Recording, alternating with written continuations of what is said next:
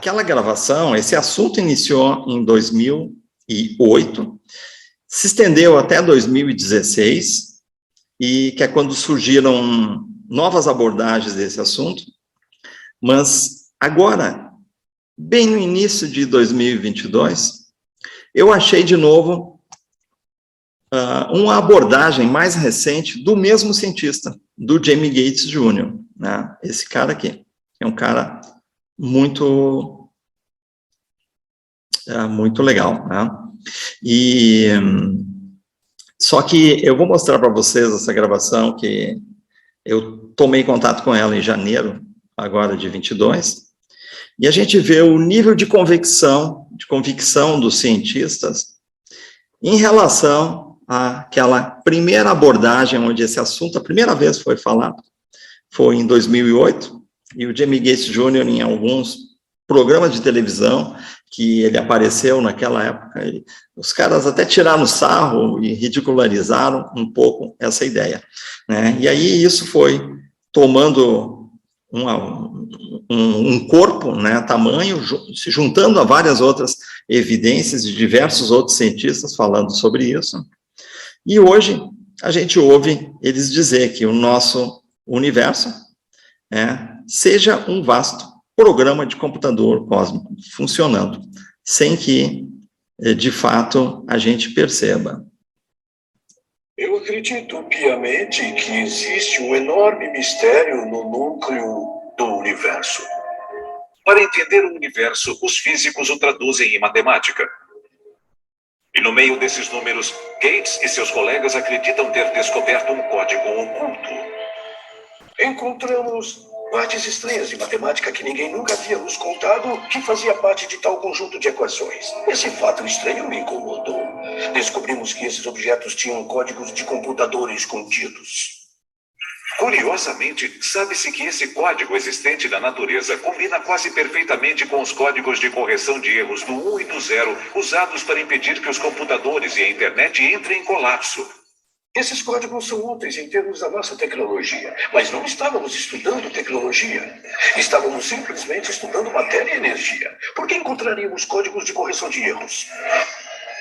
Gates acredita que existem códigos semeados no tecido da realidade física que agem para impedir que a realidade seja desvendada ou que desmorone. Essa é a única explicação científica que eu posso concluir. Por que existiríamos em um universo onde as leis da física têm códigos de correção de erros embutidos? Mas alguns cientistas acreditam que a descoberta de Gates aponta para algo que parece incrível. O trabalho sugere que o nosso universo é um vasto programa de computador cósmico. Então, a palavra basicamente está na boca deles já, né? E cada vez mais isso vem sendo falado e cada vez mais vão aparecendo mais e mais evidência dessas coisas, gente. Então, a gente vai observando tudo isso e são pecinhas que precisam serem juntadas, precisam serem compreendidas, né? Porque esse assunto é tão maluco que ele entra aqui e ele sai por aqui.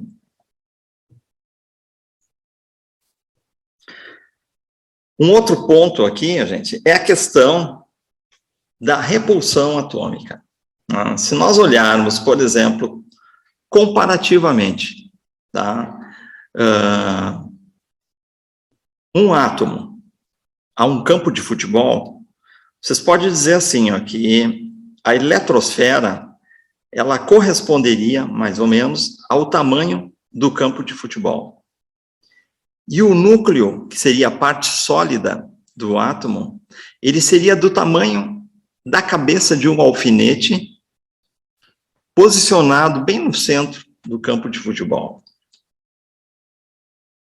Se nós entendermos, então, que, na realidade que nós existimos, todas as coisas que estão aqui, do ponto de vista material, elas são feitas desses átomos. E quando tu olha o que é, de fato, um átomo, você vê que eles são 99,999% um grande espaço vazio. A parte sólida é só essa cabeça de alfinete no meio de um estádio de futebol inteiro, né?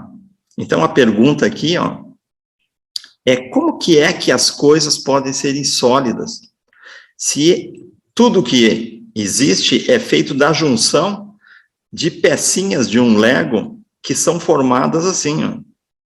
Tá? Um átomo, ele é a coisa mais vazia que existe nesse universo. Agora, eles têm explicações para dar sobre isso, né? Por que as coisas são sólidas se o átomo é totalmente vazio? É ridícula a parte sólida dele, né? Então, eles dizem lá, né, que tudo isso tem a ver com um campo magnético que existe entre um átomo e o outro, tá? Mas essa questão da repulsão é bem fácil da gente perceber que um campo magnético, ele não vai impedir o contato entre os corpos, tá? Deixa eu ver se eu tenho aqui algo. Em nível atômico, quase tudo é feito de espaço vazio. A distância entre os elétrons que giram em torno dos prótons no núcleo é imensa. Não são os átomos, mas o campo magnético que torna a matéria sólida, que impede que uma pessoa atravesse paredes. A força magnética atrai e repele ao longo de linhas de campo.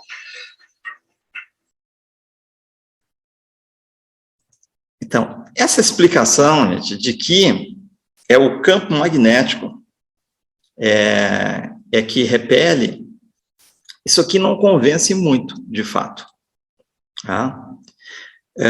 Então, ó, eu vou propor para vocês analisar isso sempre conjuntamente com a ideia de holograma, né? No momento em que tu te convence de que a realidade é holográfica, tudo tem que estar sintonizado com essa ideia.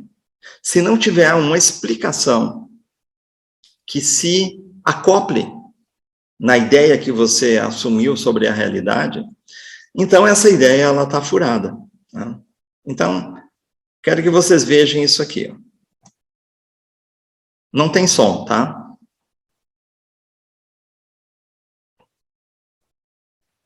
O personagem está na prisão, recebe um bolo de presente.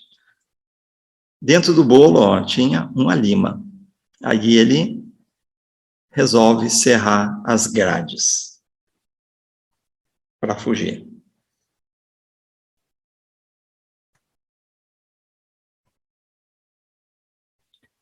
Então, a pergunta aqui é a seguinte, ó.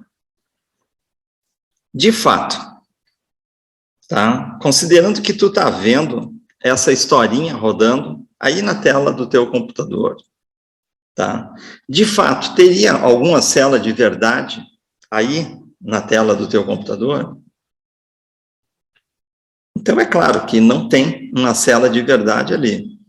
Então, se não tem uma célula de verdade, então por que ele não foge da célula? Por que ele estava preso lá dentro? A resposta é que, porque para ele, o personagem, aquela célula lá, de fato ela existia. Tá? E como que ela existia para ele, se não existe para nós, que estamos observando a tela do computador? Né? Porque o programador do desenho animado, ele definiu que naquele lugar ali, que o personagem estava, tinha uma célula. Então, para aquele personagem ali dentro, o programa diz para ele que tem uma célula, e que a célula é sólida, e que ele não pode sair.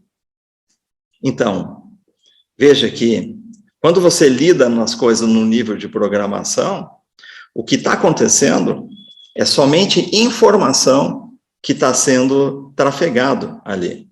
Então, se nós considerarmos de que essas informações, elas estão contidas dentro das estruturas atômicas, então, os átomos que estão programados para exercerem um determinado papel, uma determinada propriedade dentro do holograma, é isso que eles transferem para os outros átomos ao redor. Então, veja que se eu estou falando em um holograma, todas as coisas têm que serem holográficas. Inclusive, você tem que ser holográfico. Então, o teu corpo também é holográfico. E o que acontece é que se existe um objeto qualquer, que ele está programado para transferir a informação de sólido, quando o meu corpo chega e toca esses objetos, essa informação ela é transferida para o sistema como um todo. Então, para mim, o objeto se torna sólido. Para mim, a parede aqui atrás é sólida. Mas, se eu soubesse como mexer na regra do holograma, que diz que essa parede é sólida, eu poderia ir até aquela parede e enfiar minha mão através dela. Se eu mexesse na regra do holograma, que diz que a água afunda, ou que o meu corpo tem densidade, leis da física, com código de correção de erro, para não falhar nunca, que diz que o meu corpo é mais denso que a água, e por isso que, se eu entrar na água, eu afundo. Se eu mexer nessa lei, eu posso ir até a água e caminhar sobre as águas. Eu posso ir até um lugar, uma garrafa de água, e transformar essa garrafa em vinho. Então, essas histórias todas, a gente já ouviu isso sendo contado, né, na nossa cultura, né, porque o que tem, na verdade, de manipulação do holograma, para quem não sabe nada sobre isso, isso se chama mágica, isso se chama milagres. E isso pode ser feito em todos os níveis, se tu controla o código do holograma, se tu sabe mexer no código do holograma. Você pode curar doentes, você pode multiplicar pães, transformar a água em vinho e caminhar sobre as águas. Então, existem outras explicações para várias coisas antigas, né? E o que acontece? O cérebro nosso identifica essas propriedades do espaço holográfico que está programado ao redor. Então, os meus átomos tocam esses outros átomos e as leis que foram colocadas, inseridas na programação, então, vão funcionar. Elas vão interagir e vão transferir para o meu cérebro a sensação se as coisas são sólidas ou que não são sólidas. Então, para mim, isso tem muito mais coerência do que o que a explicação até então existente da física diz, que são campos magnéticos dos elétrons que evitam que eles se toquem. Esses campos magnéticos seriam tão fraquinhos, gente, que seria impossível que sejam eles que realmente tragam a sensação de solidez, né? O que está por trás disso, gente, é um sistema de informação programado, que está contido nessas estruturas atômicas todas aí. Então, nós vamos aos poucos tentando entender um pouco mais dessas coisas, mas tem que cruzar muita informação, né? Então, a solidez da matéria, ela se mostra ser um sistema de informação que é transferido ao nosso cérebro, de que existe matéria ali. Mas veja que, de fato, as coisas são como num videogame, não existe nada ali. É um sistema sendo gerado e a informação é que está sendo trocada naquilo ali.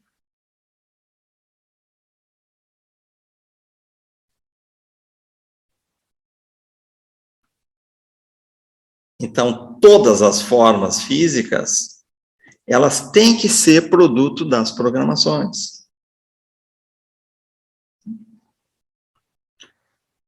E o nosso olho, veja que o nosso olho também existe uma programação em relação ao ambiente que nós vivemos aqui. Então, tem uma propriedade ocular que ela é chamada de acuidade visual. Então, a acuidade visual, ela não deixa você perceber a partir de determinada distância entre dois pontos, o teu olho não percebe mais essa distância. Por exemplo, você vê um carro vindo numa estrada, quando ele está muito longe, de noite, você não vê dois faróis, você vê só uma luzinha vindo. E à medida que aquele carro vai chegando perto, é que você consegue, então, ir vendo que, na verdade, aquilo não era uma luzinha só, que eram duas luzinhas. Quanto mais perto chega, então, mais nítida a imagem, ela vai ficando. Isso é o que se chama de acuidade visual. É a capacidade do teu olho de diferenciar dois pontos diferentes. Então, veja que toda a nossa genética, toda a vida que está instalada aqui na Terra, ela é feita para que tu não enxergue a partir de determinado nível das coisas. Então, você só enxerga até um ponto e depois você não enxerga mais. A gente sabe da existência do microcosmo, do mundo quântico. Não é porque a gente tem capacidade de ver, é por causa dos equipamentos. Né? E por que mais, gente? Porque tem uma coisa chamada truque quântico. O truque quântico, ele não permite que tu veja a programação que está por trás de todas as coisas. Agora, vamos supor que nós pudéssemos burlar o truque quântico, que nós pudéssemos burlar a programação da acuidade visual, e a gente pudesse ver, então, não a forma macrocósmica, mas nós pudéssemos enxergar as coisas pela forma microcósmica. Né? O que aconteceria é que a forma física, ela ia sumir. Gente. O que a gente veria seria, num nível atômico, algo mais ou menos assim. Ó. A gente não veria as definições das coisas, a gente veria uma espécie de sopa de partículas, sopa de elétrons e de nêutrons. Talvez a gente pudesse ver algumas definições de aonde que as formas foram programadas nessa massa eletrônica que existe. Né? Se fosse olhar isso, ó, no nível de malhas digitais, ó, talvez o que a gente fosse ver é mais ou menos assim, ó, né, as formas. Mais ou menos como aqueles diretores que fizeram o filme Matrix, eles colocaram isso lá no filme, onde tem algumas cenas em que o protagonista, ele começa a enxergar a realidade no nível de programa já, no nível de programação, dos bits e bytes da realidade. E aí é que aparecem aquelas imagens todas feitas de código daí. Então, você não vê mais a estrutura material, mas vê o código que está gerando a estrutura material.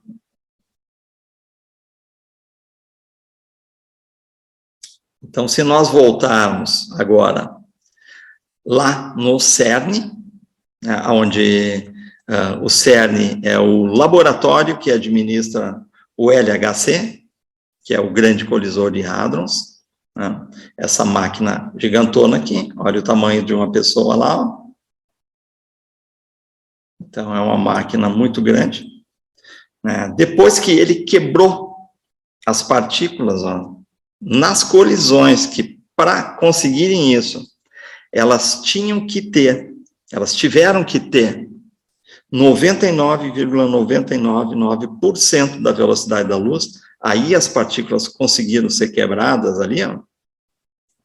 Então, acontecem essas explosões aqui dentro do equipamento, e as partículas se espedaçam, e eles estudam esses fragmentos aqui, ó. E aí, quando abriram essas partículas, o que sai ali de dentro são fótons, né, do interior das partículas, ó. E aí, quando eles começaram a entender que tu quebrando a matéria, né, o que sai ali é, na verdade, as partículas atômicas, as partículas subatômicas que formam luz,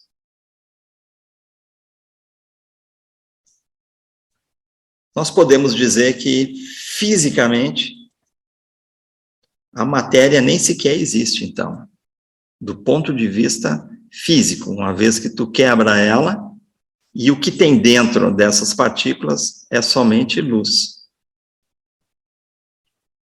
E isto aqui, ó, gente, é uma coisa que foi dita por Krishna para Arjuna, em um determinado momento em que Krishna está conversando com Arjuna, e o Arjuna está meio desesperançoso da vida, envolvido num monte de guerras e coisas entre as famílias deles, da história que é contada no Bhagavad Gita.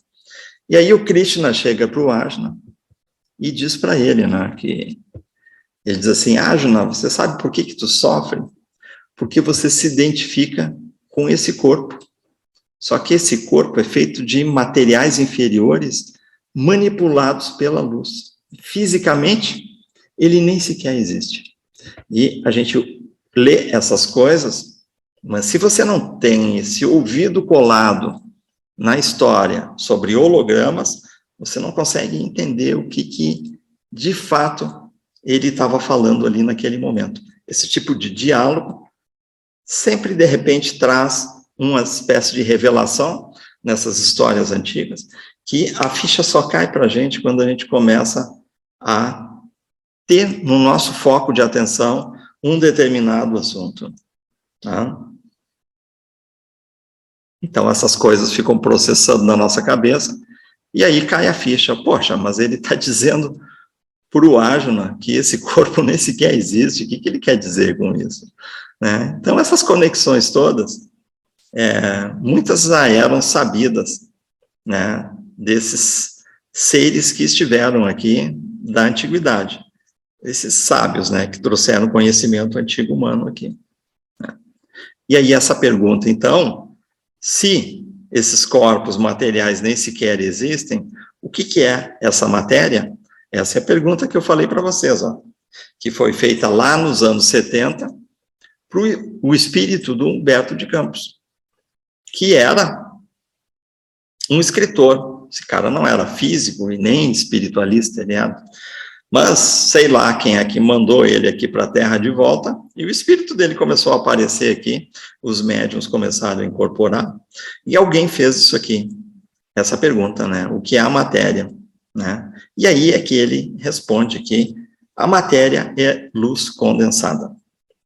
E a resposta é 100% certa, mas eu imagino que naquela época lá, as pessoas não entenderam, né? Talvez tenha alimentado uma alusão espiritual, que tudo é luz, tudo é feito de luz, e blá, blá, blá, mas a resposta física é essa outra, gente. É luz condensada, porque aqui tudo é holograma, né? Então, holograma são imagens feitas de luz. É só a nossa mente que está aqui, né? O resto é o que está, então, na lei do Uno, se refere a uma simulação, é o que está, que os mentores do Laércio também falaram para ele, que aqui é uma simulação, é uma matrix, é o que o Bashar vem dizendo há tanto tempo, dizendo que toda essa realidade, ela é literalmente ilusória. Tá? Então, quando nós olhamos aqui, a teoria da relatividade, que veio através de Einstein, nós temos a famosa fórmula, né? Energia é igual a massa dos corpos, vezes uma constante elevado ao quadrado. Né? Essa constante aí, ó, elevado ao quadrado, essa é a velocidade da luz. E aí vem a pergunta aquela, assim, por que tudo que é formulação tem a tal da velocidade da luz envolvida no meio dessas formulações? Se pegar as formulações da cosmologia, da física, da quântica, né, toda hora vocês vão se deparar com a questão da velocidade da luz, está fazendo parte de uma formulação dessa. A resposta é bem simples, porque as coisas aqui são feitas de luz, essa relação é intrínseca disso. Né? Então, analisem essa formulação aqui, ó, energia, massa, velocidade da luz, E igual a mc ao quadrado. Se nós estamos perguntando o que é a matéria, então, Vamos ver aonde que nós chegamos nessa resposta, visto que essa formulação aqui de energia, ela já é uma formulação consagrada no mundo da física. Então, vamos isolar o M de matéria. Então, a gente isola, passa esse C que está multiplicando para cá, dividindo. Né? Isso significa, então, ó, que a matéria é igual a uma quantidade de energia, que é o E, dividido pela velocidade da luz ao quadrado. Então, analisem bem isso aqui, gente, que dá vontade de rir quando a gente olha isso aqui, ó. Porque a matéria é algo físico. Agora, olha o que tem do outro lado da fórmula. A luz é uma coisa física? Não tem nada de físico na luz. E energia é uma coisa física? Muito menos, gente. Então, a própria definição da fórmula acaba mostrando, ó, que nenhuma dessas coisas aqui que define o que é a matéria são coisas sólidas. Entendem? A coisa vai muito além do que o que a gente costuma imaginar. Veja que o denominador dessa fórmula aqui, ó, é um número gigantesco. É 300 mil quilômetros por segundo ao quadrado. Isso aqui dá um número gigantesco. Significa que matéria é uma quantidade de energia dividida por um número gigantesco. Quer dizer que para isso aqui ter expressão, essa quantidade de energia tem que ser muito maior do que isso aqui, que é a velocidade da luz ao quadrado, que já é um número gigantesco. Então, dá para nós definir que matéria é uma enorme quantidade de energia que está sendo retida pela luz. Se nós fazermos engenharia reversa disso, o raciocínio, significa que para tu pegar a luz e você transformar esse negócio em algo que a gente entende como matéria, você tem que colocar uma quantidade imensa de energia nisso aí. Por isso que formar matéria é algo extremamente difícil, porque tem que ter muita energia para programar a luz em partícula. O que acontece numa bomba atômica? Tu tá desmanchando a programação de matéria que estava contida em 60 quilos de urânio. 65 quilos de urânio, exatamente, era a bomba de Hiroshima. Então, quando eles conseguiram quebrar a coesão atômica, toda aquela energia que foi usada para manter esses 60 quilos de átomos num estado físico, esse negócio foi liberado, gente. E é uma energia dessa, liberada em questão de décimos de segundo, gera esse efeito aqui no nosso mundo físico aqui. Uma bomba. Tá? Então, para um ser de 4D, ele se materializar aqui é difícil, ó, porque ele teria que usar uma energia que eles, literalmente, eles não têm essa energia para se materializar aqui. Então, vocês veem que a energia é um bem escasso no plano espiritual, vamos chamar assim, já que tudo é uma tecnologia e coisa e tal, né? Então, quando você faz qualquer tratamento de apometria, de reiki, qual é a energia? A energia de quem que está sendo usada? Energia nossa, a bioenergia do corpo físico que é usada na apometria para fazer os trabalhos espiritual, tudo por quê? Porque esse teu corpo físico todo foi gasto uma enormidade de energia para poder fazer essa materialização, essa condensação da luz, e é essa energia que é desprendida, uma parte disso, para poder realizar essas construções que em apometria a gente faz lá na 4D, mentalmente aqui na 3D, e a gente joga essa energia para 4D e cria coisas lá na 4D. Apometria é isso, é manipulação de matéria de 4D, tu estando aqui mentalmente na 3D, gente. É isso que a gente faz, quando dão aqueles pulsos assim, ó, fazendo tal coisa, em 1, 2 e 3. Gente, isso aqui é um disparador, né? Fica fácil para tu armazena a energia e manda para 4D. E alguma coisa aparece lá na 4D. Então, quando tu entra numa mesa mediúnica, e aí aparece um obsessor, aquele obsessor está ali, incorporado em alguém, né? E o cara começa a fazer bagunça. E aí, o que eles fazem? Vão botar uma corrente em ti em 1, 2 e 3. Você olha fisicamente, não vê corrente nenhuma, corda nenhuma amarrando, prendendo o indivíduo. Agora, os médiums que estão tudo projetado lá na 4D, eles confirmam, apareceu aqui um anel de contenção ao redor do cara, apareceu uma corda aqui, apareceu uma corrente. O que está acontecendo? Nós estamos pegando a energia que está toda condensada aqui, né?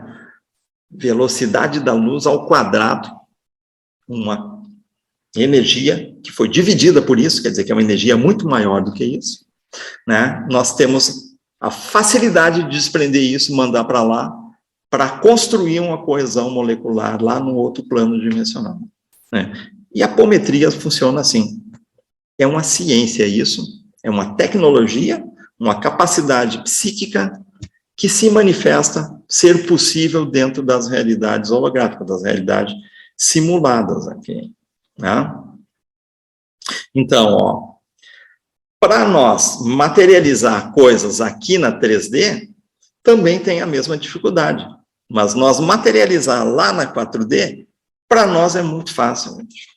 E aí, há quem diga que se nós soubéssemos o poder de fazer isso que nós temos, a gente não teria tanto medo dos agressores do plano astral sobre nós, né? Mas eles também conhecem bastante sobre isso quando chegam no nível de interferir aqui, tá? Então, materializar as coisas materiais, para nós, são complicados. Aqui, dizer que é a gente que pode controlar a nossa realidade, é meio firula isso, olhando a coisa como ela mostra que funciona no plano da energia, no plano metafísico da coisa, né? Agora, nós programar eventos aqui, então isso sim é bem mais fácil para nós programar eventos.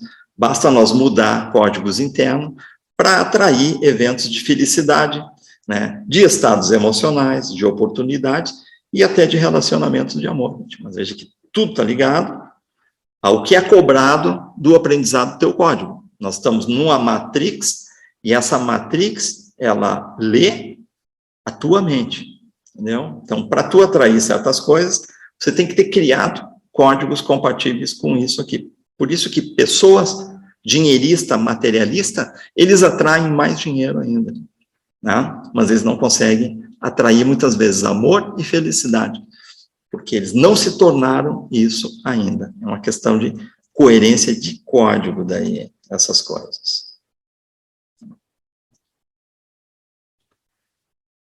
Então, dentro do átomo, a gente viu que praticamente não tem nada, né? Um átomo é uma carga elétrica.